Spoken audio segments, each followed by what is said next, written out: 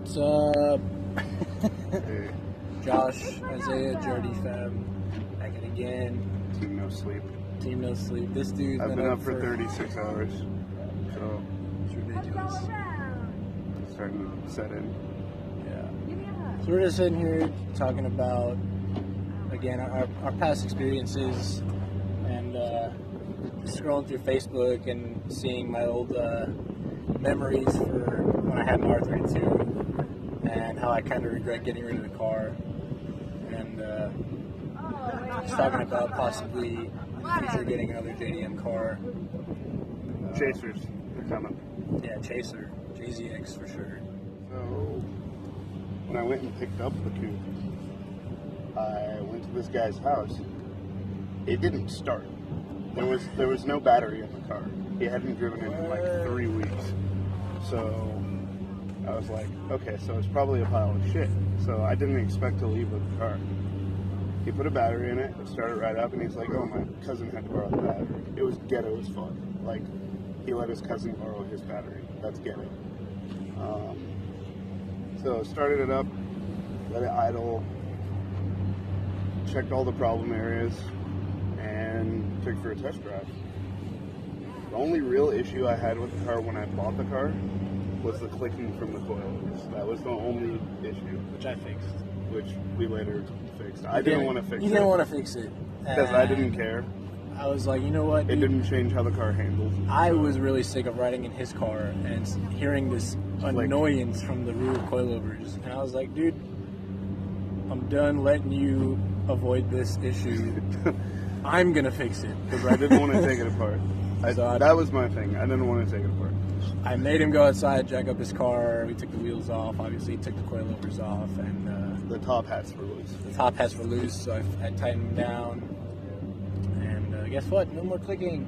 Yeah, but that's besides the point. I went and picked it up. I still had the sedan. The sedan was running fine. I'd driven a Buddy Z 3 days before, and I noticed the day and night difference between how the car's handled. And I was like, you know what? Fuck drifting a sedan. I want a Z/G. So I looked for a Z. I couldn't find a Z. So I went with what should have been my first option, a G. I found one. And that's that. The first one I went to go see was the one that I bought. Which is the black one that you guys have seen. It is no longer nice as it was when you first bought it. It wasn't nice. It's not nice anymore. I have to buy new bumpers. I actually found a few bumpers that I'm considering. Need new fenders. Got to buy a new hood. So what happens when you stuff it under a That's guard what rail? happens when you stuff it under a bridge. So elaborate on that. Explain how this happened. Do I have to do this? Okay, so me and my buddy Mike, shout out to Mike, we were hanging out, drinking beers, and see that's where I should have stopped right there. We were drinking. Yeah. So on a side note, just to be clear, I wasn't drunk driving. I had drinks before, and I was sober by the time we ended up driving. So don't drink and drive. We don't condone it. It's bad. Don't do it. And my buddy's Instagram page was like, yo, send me a clip from the outside of the car, because I had sent him a clip of the inside of the car, me drifting this one spot. So I go out, I hit up all the local drift spots, Butterfield, Wrestler, and I'm coming back towards Post, and there's a spot under the bridge. So I hit it a few times. Mike doesn't really have the camera angle that I want, so he moves around like 3 or 4 times. And on the last run, I was supposed to be done because we already got the footage for the shop. Last run, I come in, the tires are really fucking bold, I'm already sparking. No e-brake.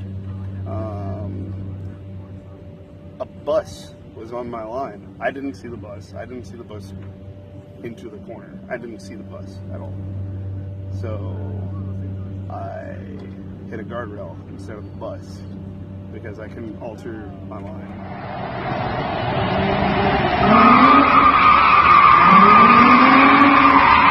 That wasn't good enough to alter my line yet. It was just trash.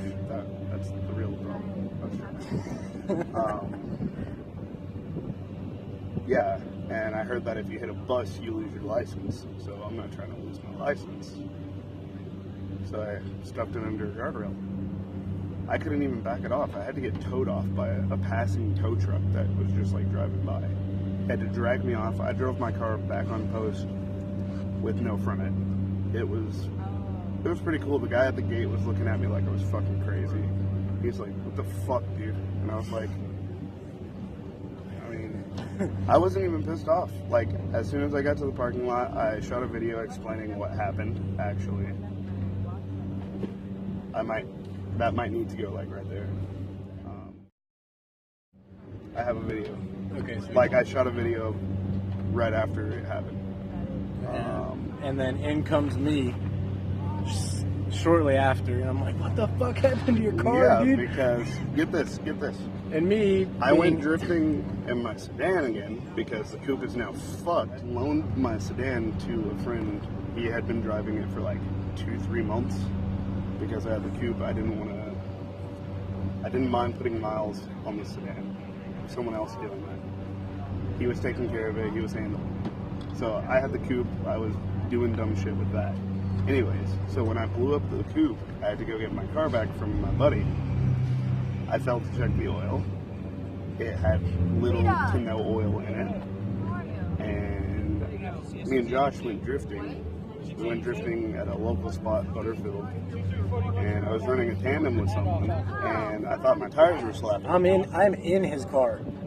And, you know, you're drifting, your tires start showing wires, strands start coming off, and you start flapping around. I'm like, you know what? Your tire's about to blow, dude. You should probably stop. And so he stops. Actually, and the noise, I went around one more time. Yeah, it keeps going around. One more Finally time. stops. And I hear... The motor's still slapping. He's not moving anymore, and the motor, it's still making that slap noise. I was like, oh shit, turn your shit off, dude. And, motor seized. Well, we stopped.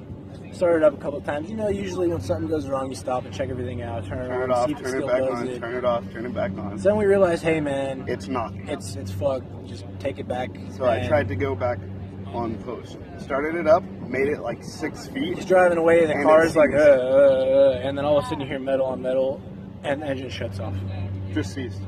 So I go back to my house, get my truck, tow him from the spot all the way back on post to his barracks, and at which point is like, hey man, we need to get this car out of the barracks. It's gonna get towed, so we take it to my house.